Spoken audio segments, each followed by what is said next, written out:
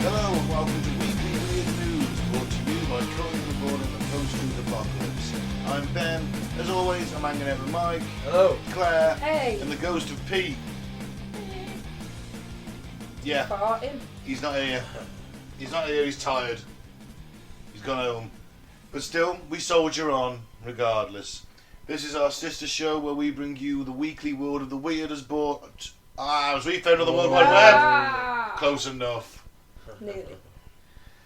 And yeah, you can follow us on Facebook at Cutting Through the Post Truth Apocalypse.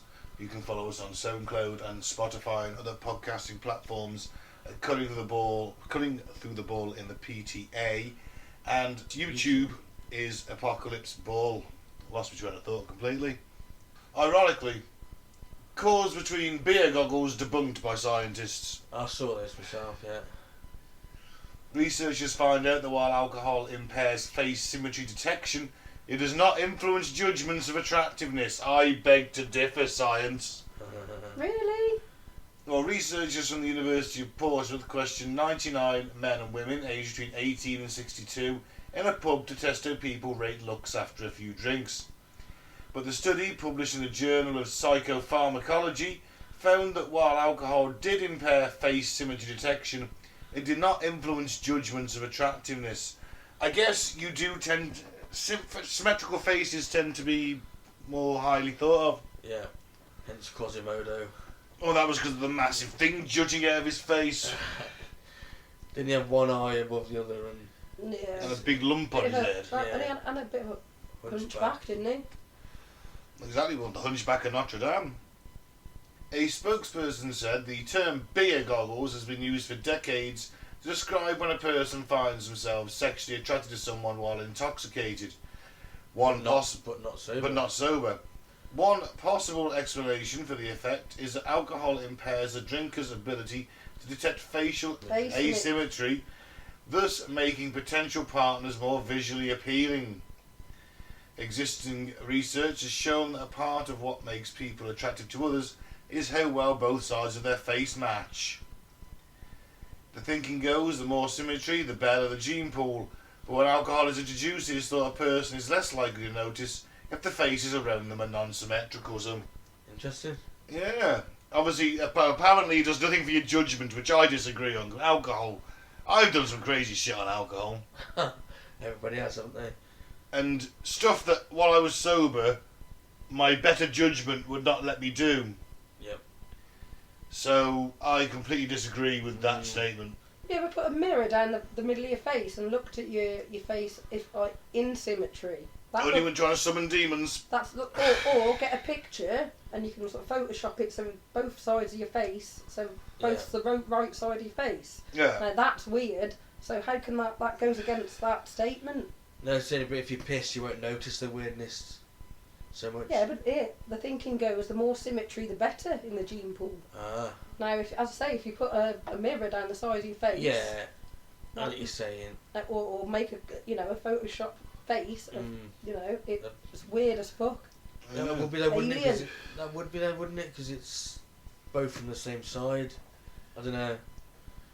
Does that not alter it somehow? I just think you don't want one eye down here, down on your cheek, one eye up on your forehead. You don't want one big eye in the middle. You don't want one nostril. It's very Picasso, isn't it? Yeah, you don't want Picasso's painting. You don't want someone that looks like a Picasso painting. Unless you're absolutely bladdered, then you might not notice. Yeah, I think that's what they're trying to say. Yeah. But I do disagree with their judgment Yeah. discovery. I can tell them a few tales and make them rethink their research on that. Really? You woke up with mingers? It's not even just that. I mean, judgment terms, we're not even on alcohol. I mean, I've done some crazy shit and had sex with some potentially unattractive women that I found. Women I found unattractive after is a better way of saying that. You didn't notice. asymmetry as much No, I did not. until the day after. No. Or their annoying laugh. Or the annoying laugh, the clinginess, the narcissism. Or the gunt. Oh no, I've always drawn the line at a gunt. Regardless of how impaired my judgment is. Should we move on? Yeah. The history of what the gunt is shall remain. Ho ho do. Christmas Day roof romp goes awry for Santa. Dion Martin, aka Santa Claus, fell off his roof after delivering presents for his grandchildren. The guttering gave way when he was climbing down a ladder. Gutting. Oh, Guttering. guttering. Dion Martin, a Palmerston North Union organiser. Is this New Zealand?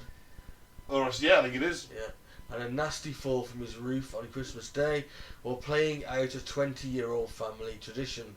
After the Wahanu Oh, well done. Wahanu, eh?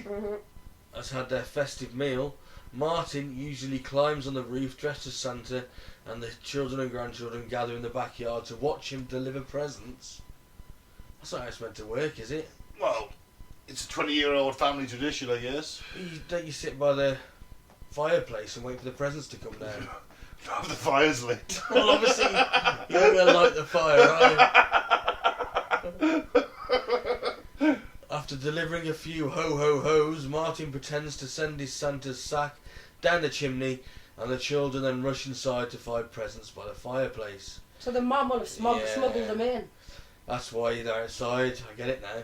He said he was always careful and only on the roof for about 5 minutes before climbing down a ladder on the other side of the house out of view. But this year the rusty guttering gave way and the ladder fell into a bush, while Martin dropped face first onto the concrete steps and wooden veranda. Oh! With blood all over Santa's beard, Martin feared he'd broken bones and a concussion. Oh! He had no patience for an ambulance, so drove himself to hospital. Is that as bad in the UK as in New Zealand as it is in the UK for an ambulance nowadays, then, or what? Maybe. Fortunately, he had no major injuries. Oh man, just imagine the kids seeing Santa all battered and blooded. It's like, oh my god, someone's mugged Santa! He broke his finger, had a swollen lip and a sore knee, and intended to get a dentist to check his teeth. It's not so bad, but still. One of the people at the hospital said that they were fascinated, and they said, "Come straight in, come on, Santa." I wonder how many Santas they'd had that day. I wonder how many Santa on Santa knife fights had been. Ooh. I bet there's a few. Every Christmas Day, I bet there's some Santa on Santa knife fights. Or Santa's been shot or something. Oh man, if Pete was here, he could tell us a statistic of Santas get shot on Christmas Day. Well, apparently in New Zealand, in the past 10 years, about 2,500 people have suffered a Christmas-related injury, which cost more than $2 million New Zealand dollars to support people in their recovery. The injuries including incidents where Christmas trees, lights, gifts, wrapping paper, and hams or turkeys were mentioned in the accident description. Someone dropping the ham or turkey on their foot and breaking their toes or something. Someone's trying to fuck the turkey up. Or getting their penis stuck in a turkey. Stay off the roof, that's what I say. You're too old for it now, mate. Yeah, I'd go with that. You have to hire someone in or get a younger relative to do it. Yeah, pass it on. Yeah. Pass the torch. Pass it on. So, Alabama mom is 1 in a million delivering 2 babies from 2 uteruses in 2 days. Wow. That's impressive. 32-year-old Kelsey Hatcher welcomed 2 beautiful baby girls into the world last week, delivering fraternal twins at the University of Alabama in Birmingham Hospital. But unlike typical twins, the newborns came from 2 separate rooms. Hatcher vaginally delivered her first baby at 7:45 p.m. That's Roxy on the 19th of December, followed by Rebel, who was delivered by a C-section 10 hours later on the 20th. Well, 2 babies in the same day from 2 wombs. Yeah. So did you? I don't know. So when she's had sex and conceived, maybe potentially both the spunk has gone up both. I love how you're using all the technical terms. Yeah. Spaffed up The both spaffed holes. up both holes. And he was like, yeah. And then 2 holes in one, Yeah. in one go. Oh Yeah. man, you'd be the dude who got 2 holes in one fucking shot, wouldn't you? Yeah. Apparently it's called a dicavitary pregnancy and it's 1 in a million occurrence. Yeah, fucking hell. She's got 2 cervixes. Yeah, she's got uterus diaphysis, a common referred to double uterus. I'm more impressed that she's had all 3 kids already. It was all fine. Apparently at the end of the day it was 2 babies in one belly at the same time. They just had different apartments. Ah, Oh, that's good though, isn't it? that's ace. Yeah. That's literally 1 in a 1 million. in a million. Mm. Oh, some happy Christmas news, some late happy Christmas news. Yep. Florida shooting. Sister fatally shot over Christmas present row. Uh-oh. Ugh. Only in America, eh? 2 teenage brothers have been arrested after their sister was shot and died during a row over Christmas presents. Abrielle Baldwin, 23, was shot in the chest by one brother while she had her 10-month-old son in a carrier, Florida. A carrier, is that... No shit, wait there. My cousin in Florida, the other night, Yeah. I don't know if it was this night, Yeah. but a bullet come through her daughter's window, Oh, shit. and she just saw it like that in the ceiling. She put her hand up and pulled out a bullet Wow. out of her fucking ceiling. Hell, that's mental. And she put it on Facebook. She was like ranting and raving about it. Yeah. I wonder if it was in, Could have could have been. been any sort of spatter from anything. Yeah. Fuck. Go on, carry on, sorry. She had a 10-month-old son in a carrier, so is that across the chest? That's what I was thinking. I was thinking a baby carrier, like car carrier. Oh, maybe, yeah. Yeah. The brother was then shot by their other sibling who pulled his own gun. Pinellas So what's County gone on Sheriff's is Officer said. They're Sorry. arguing about the presents. Brother has pulled out his gun and shot his sister in the chest. And then his other brother's pulled out his gun and shot the brother that shot the sister. Fucking hell. Merry Christmas! Sheriff Bob Gautieri told reporters the older teenager, who was 15, ran from the scene and tossed his gun away. The younger brother, a 14-year-old, was taken to hospital in a stable condition and will be taken into custody when he's released. Where did he get the fucking guns from? No, What I'm a gonna silly I'm question. going to rephrase that. They're 14 and 15. They've both got guns presumably concealed on their person. Would it be fair to assume they're up to no good in their spare time? I don't know, because I don't know what the gun laws are in Florida. I know in I'll some guarantee you states- it's not 14 and 15. Some states they've got the kids, haven't they? Like a pink gun, like a Barbie gun. Yeah, under adult supervision, not fucking tucked in your jeans or in a holster on your body. Open carry, innit, in Texas? Not in Florida. I don't know about Florida, but I don't know. That's what I said. I don't know the gun laws in that state, but it wouldn't surprise me. I've seen a lot of videos where closed carriers saved quite a few people. Well, the person who's closed carried. Yeah. Well, maybe so, but the guns weren't there in the first place. You wouldn't have had the problem, would you? I get fucking split on the gun law. I don't think you should have like military grade weaponry like the ARs and that. No, they should have muskets. They should have the gun of the time it was written. Give everyone you can have a musket, Yeah. a pistol, Many and muskets a as you want. blunderbuss. Yeah. Yeah, go with that. That would be really fucking sweet. If someone breaks in your house and you fire your musket and then fix bayonet. You have a Trouble bayonet is, though, you too. miss, you're fucked, aren't you? You put your pistol then. Ah, yeah. Presuming you're dressed as that kind of period soldier. Like, wait a minute, keep robbing the house, I'm going to get changed. You'd have to have 2 pistols, wouldn't you? Oh yeah. Well, you'd have pistols strapped all over, you'd be like fucking Blackbeard, wouldn't you? They would, wouldn't they? You'd have pistols strapped all over you, you'd have a cutlass, or a sword of some kind. Real gangster, that. Oh fuck yeah, I think we should bring back sword carrying for gentlemen. No, there's enough knife crime as it is, not sword crime. No, you should have to pass a test of some sort. What? And then you wouldn't be able to carry him if you were drinking. Because you're a gentleman. No. No. Bad idea. Bad. You've got to pass Bad, a test. bad. Pass a test on your gentlemanliness, your criminal record, things like that. You know. Bad Ben. Just prop your sword up against the table. Just People having will a be pint. dueling outside Weatherspoons. Better than knife crime, Mike. No, it's not. It is. You'd have decapitations outside fucking Weatherspoons. As if anyone's going to be that fucking competent up with a blade after that Shot many their own beers. head off. Then that'll be a valuable lesson. I think we've already learned the valuable lessons in the past. I think we should bring back dueling at dawn to solve minor infringements. You know. No, and I no. like the idea of jousting again. Have you ever seen the Full Metal jousting they do? No. Oh, it's fantastic. They're like in like Iron Man suits, but it's like modern armour. Yeah. But it looks like Iron Man. It's sweet. And they're like proper jousting with the shields on the horses and everything. It's fucking brilliant. There was a reality TV show on like Challenge or something. Oh, maybe not Challenge TV. It was on Bravo. You remember Bravo? Yeah. Anyway, yeah, a TV channel in the UK. And they used to do Full Metal jousting. It was like 11, 12 o'clock at night. It was fucking sweet. Ace. But you do get the dudes that do it as a hobby. Not the jousting, just medieval combat.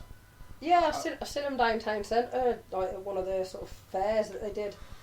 I mean, I watched this dude But get his shoulder it broke. was pussy ass jousting, you Oh know. no, this was fucking full on, mate.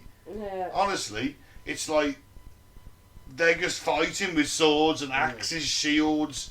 The only rule is you can't Captain America the shield, so you can't go point first. Right. But people are getting fucking twatted by shields. One dude got his shoulder broke by a pole axe. They're all in armour and everything. Yeah. It's all blunted. But I watched some dude get fucking like clotheslined over the protective railing with a shield. It was fucking sweet. If I was going to do a combat sport, that would be it. Yeah. But don't let your teenagers have guns on Christmas Day. No, bad idea. Bad idea. Moving on. Yeah.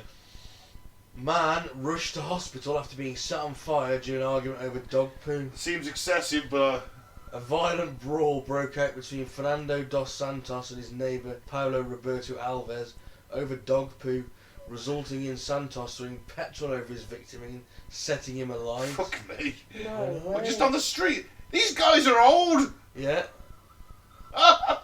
Can we watch the video? One guy's 70, the other one's 61. Fucking no. hell.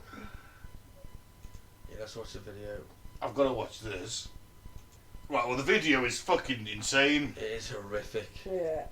We cannot tell if he gets out or not. I don't think he is. I'm not I think sure. he stumbles a few feet. I'm going to read the article, find out. He dropped some rolls, surely. Yeah, the feud escalated on December the 6th as the pair was seen violently arguing on the street in CCTV footage. Suddenly, Dos Santos is seen throwing a bucket of petrol over Alves and setting him on fire. Yeah, you do see that. Yeah. Alves disappears amid flames, burning 10 feet into the air as Dos Santos runs off to the pavement. Yeah, I thought he did.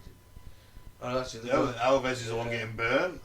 a dog, which may have been the one suspected of firing the pavement, was seen hiding behind a bin before running away in terror as the fire starts. The victim was rushed to the hospital where he said to be in serious condition. He reported to have burns up to 95% of his body. Fucking hell. It's insane. Oh, that dude's dead. He ain't going to survive that. He may do, but he's going to be in fucking pain for the rest of his life. Yeah, and he'd have breathed in flames and everything. Ugh. I mean, 1% of your body, yeah, is your palm. Yeah. That's 1%. Did he die then? No, No, he's in a stable condition apparently, with Serious condition. serious conditions. Yeah. Sorry. So we don't know. Oh, that's well. He's not going to survive that. Fuck me. There's nothing left of him. He's charcoal.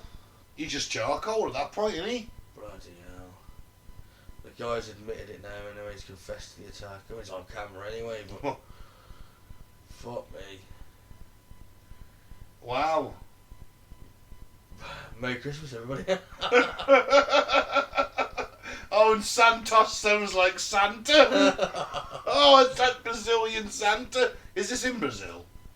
I believe so. God, do you know what I've got going through Yeah. my head? You know when you put a dog poo in a paper bag and then set it on Yeah. fire and put it outside and knock on someone's door? That's that on fucking steroids, isn't it? Just a bit. Or because a dog shat on the road in it or something. I must admit, I have had people complain that Max has pissed up their edge. But I'm like, well, he's a dog. I can't really control where he pisses. Yeah. I said, you wouldn't like it if I come in your toilet while you're pissing, put a leash around your neck and yanked you away from it, would you? Yeah. Yeah. You can't clean up the piss, can you? Nah. Okay, and finally... British tourist cries after Benidorm holiday was ruined by too many Spanish people. I bet she voted Brexit. Right. She's 81, of course she did. Frida Jackson said she cried at the end of her 2-week trip to the popular holiday destination through the travel operator Thomas Cook when her dream holiday actually turned out to be a bit of a nightmare for her. Because there was too many Spaniards Yeah. at the hotel. The British woman claimed her holiday to Benidorm was ruined because it had too many Spanish in it. In Spain. The woman, who suffers from mobility issues, claimed in 2018 that her accommodation was teeming with rude native Spaniards who nearly knocked her over on one occasion.